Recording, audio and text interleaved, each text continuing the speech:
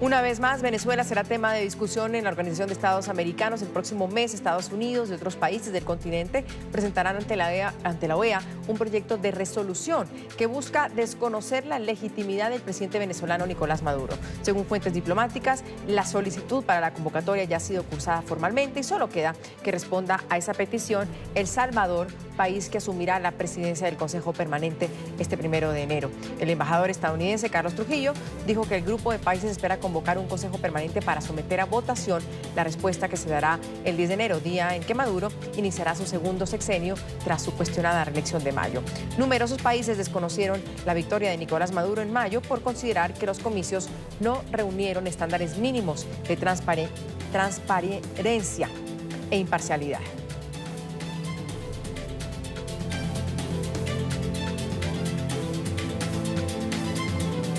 En una entrevista con EFE este mes, el embajador Trujillo adelantó que pediría la convocatoria con el fin de debatir desde una perspectiva regional sobre los desafíos humanitarios en Venezuela.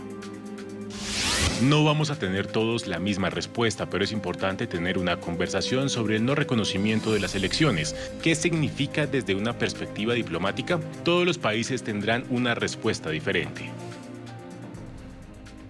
Y hasta ahora nos acompaña Camilo Ospina, ex embajador de Colombia ante la OEA. Señor Ospina, buena tarde, lo saluda Andrea Bernal. ¿Cómo está? Andrea, ¿cómo estás? ¿Qué significa o realmente qué peso puede tener en estos momentos, pues donde hay una presión internacional en varios sentidos, que se desconozca la legitimidad del presidente venezolano Nicolás Maduro? ¿Eso no estaba ya dado como por sentado?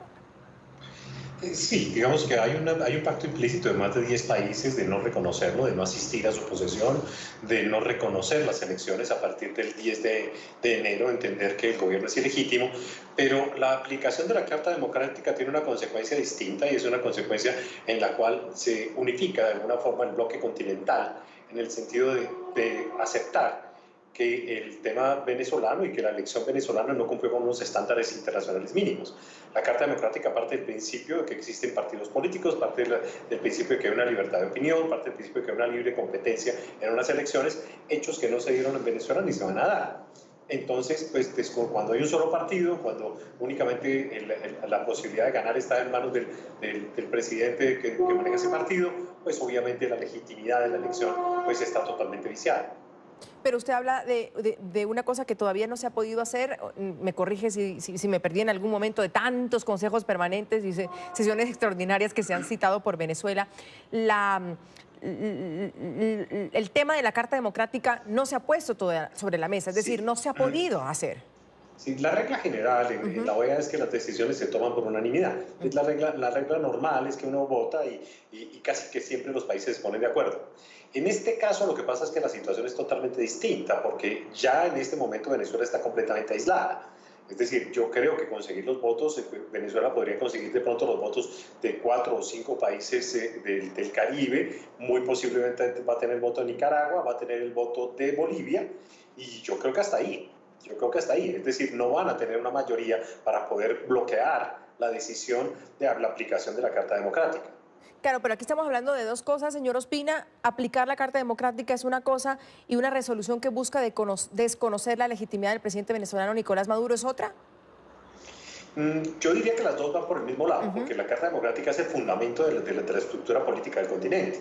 Yo quiero recordarles que la Carta Democrática fue firmada el 11 de septiembre, el mismo momento en que se hizo el ataque a los Estados Unidos en el 2011, y básicamente lo que contiene son unas reglas del juego que todos los países de América Latina reconocen como las reglas del juego básicas. Y la regla del juego básica es una competencia entre partidos, es una competencia entre opiniones y entre grupos políticos que básicamente lo que tienen que hacer es obtener el voto de los ciudadanos para obtener legitimidad. Ese hecho no se da en Venezuela. Entonces, cuando se saca la resolución desconociendo la legitimidad de Venezuela, el fundamento para desconocer la legitimidad es la Carta Democrática. Entonces, en últimas, es la aplicación misma de la Carta Democrática. ¿Y eso significaría, señor Ospina, aislar del todo a Venezuela de la OEA?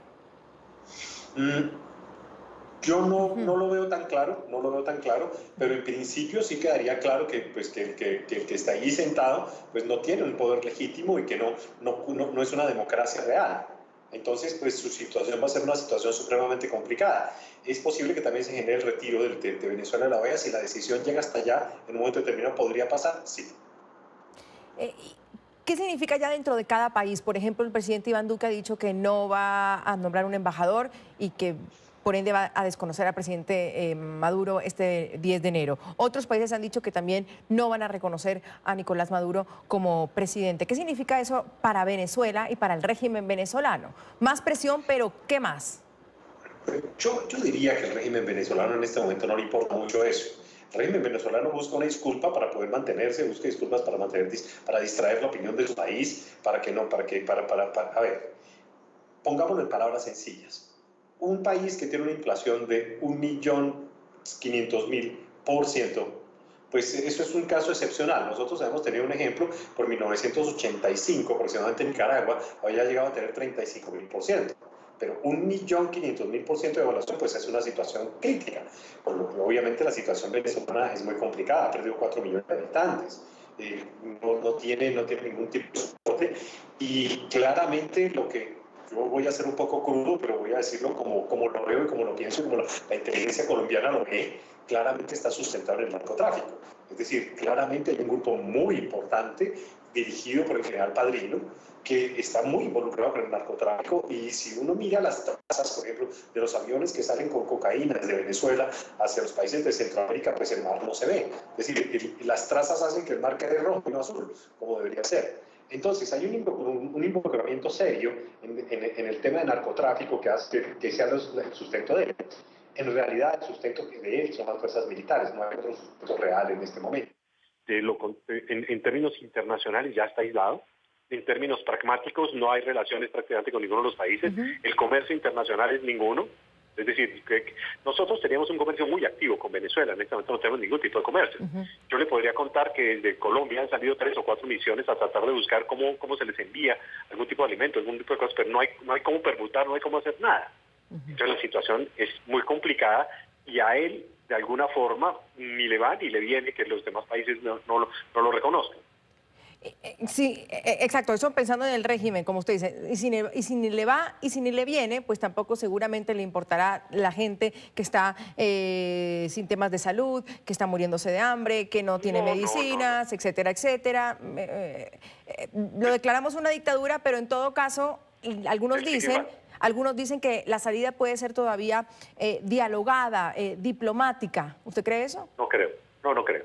Yo no creo que tenga las condiciones para hacer. Mire, yo le soy franco, yo he negociado con Maduro muchas veces. A mí me tocó cuando era embajador en la OEA sentarme a negociar con él. Yo no le decía, mira, Maduro, yo te voy a dar 10 coordenadas donde tienes bases militares de la guerrilla. Yo te invito, y él decía, no, eso es en Santa Marta. Le digo, mira, hagamos una cosa sencilla. Yo pongo el avión y el helicóptero y vamos ya y lo verificamos. Yo decía que no, porque Maduro es un hombre que es duro y que es un hombre que es terco y es lo suficientemente descarado para no aceptar ningún tipo de condiciones. Entonces, él va a hacer lo necesario para mantenerse en el poder. Ahora, tienes que hacer una reflexión sencilla también. En el momento que él salga del poder, su situación va a ser una situación muy complicada. Como persona, como individuo. La situación del general Padrino va a ser una situación supremamente complicada. Y el involucramiento y las reglas y las informaciones que tiene todo el mundo sobre su involucramiento en las drogas, pues los hace colocar en una situación de ilegalidad completa. Ay, Dios mío. Es decir, el futuro, este 2019, no es tan promisorio para Venezuela. No, pues la inflación que prevé el Fondo Monetario Internacional es de 10 millones por ciento. 10 millones por ciento, imagínate eso. Es decir, lo que tú compras en la mañana, lo voy a poner en pesos colombianos, te lo colocas en $1, en la noche está valiendo 10.000. 10.000. Gracias. Es insostenible. Insostenible, pero nada que se cae. Entonces uno empieza a entender, a no entender cuál será la dinámica real sobre todo pensando en los venezolanos, señor Ospina. Le agradezco muchísimo, como siempre, Camilo Ospina, ex embajador de Colombia ante la OEA. Es un gusto tenerlo y feliz año. Gracias, feliz año para usted y para todos los oyentes, para toda la América Latina. Gracias, muy amable.